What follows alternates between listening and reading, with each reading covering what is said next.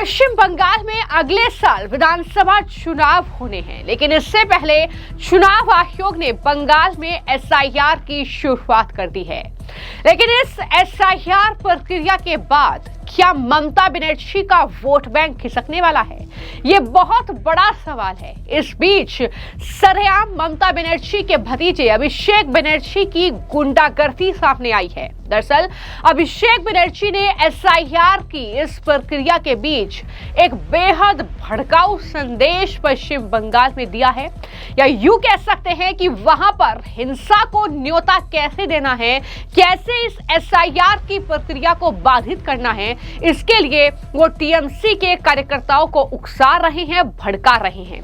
अभिषेक बनर्जी ने यह कहा कि अगर स्थानीय बीजेपी के नेता आपके माता पिता का जन्म प्रमाण पत्र मांगे तो उन्हें पकड़कर बांध लें।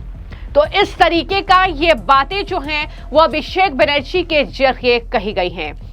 अब सवाल ये उठता है कि क्या इसी गुंडागर्दी के दम पर ममता बनर्जी पश्चिम बंगाल का चुनाव जीतती हैं?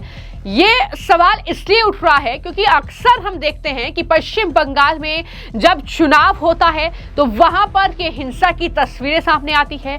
जब पश्चिम बंगाल में चुनाव के नतीजे सामने आते हैं तब वहां पर हिंसा होती है। वहां पर खासतौर पर हिंदुओं और बीजेपी के नेताओं को टारगेट किया जाता है। वहां पर भरपूर इस्तेमाल उन रोहिंग्या बांग्लादेशी घुसपैठियों का किया जाता है इस हिंसा में, जो अवैध रूप से वहां पर रह रहे हैं और जो कि ममता बनर्जी का एक बड़ा वोट बैंक समझे जाते हैं। तो क्या उन्हें भड़का रही हैं अभिषेक बनर्जी? ये सवाल लगातार उठ रहे हैं।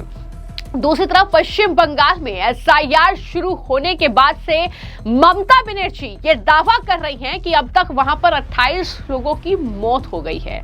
एसआईआर की प्रक्रिया जब से शुरू हुई है, ममता बनर्जी ने इसके लिए इलेक्शन कमीशन को जिम्मेदार ठहरा दिया है और कह रही हैं कि यह गलत फैसला है और इस तरीके की घटनाएं जो हो रही हैं वो दुखद हैं। ये तमाम बातें जो है ममता बनर्जी की तरफ से कही जा रही है। हालांकि आयोग ने स्पष्ट किया है कि पुराने जो वोटर्स हैं, लिस्ट वाले लोगों को चिंता करने की कोई जरूरत नहीं है।